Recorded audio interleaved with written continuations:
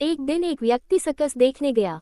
वहां जब वह हाथियों के बाड़े के पास से गुजरा तो एक ऐसा दृश्य देखा कि वह हैरान रह गया। उसने देखा कि कुछ विशालकाय हाथियों को मात्र उनके सामने के पैर में रस्सी बांध कर रखा गया है। उसने सोच रखा था कि हाथियों को अवश्य बड़े पिंजरों में बंद कर रखा जाता होगा या फिर जंजीरों से बांध कर, लेकिन वहां का दृश्य तो बिल्कुल उलट था। उसने महावत से पूछा, भाई, आप लोगों ने इन हाथियों को बस रस्सी के सहारे बांध कर रखा है, वो भी उनके सामने के पैर को।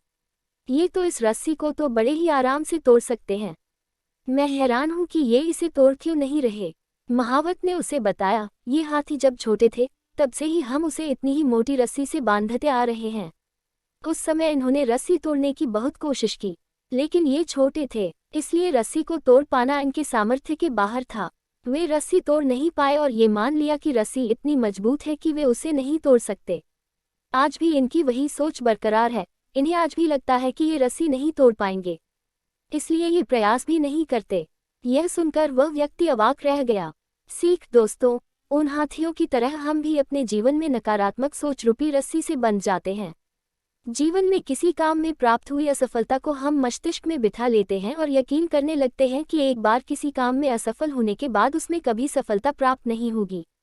इस नकारात्मक सोच के कारण हम कभी प्रयास ही नहीं करते। आवश्यकता है इस नकारात्मक सोच से बाहर निकलने की, उन कमियों को पहचान कर दूर करने की जो हमारी असफलता का कारण बनी। नकारात्मक सोच हमारी सफलता में सबसे बड़ी बाधक है, इसलिए नकारात्मक सोच रूपी जंजीर को तोड़कर सकारात्मक सोच को अपनाएं और जीवन में प्रयास करना कभी न छोड़ें, क्योंकि प्रयास करना सफलता की दिशा में कदम बढ़ाना है।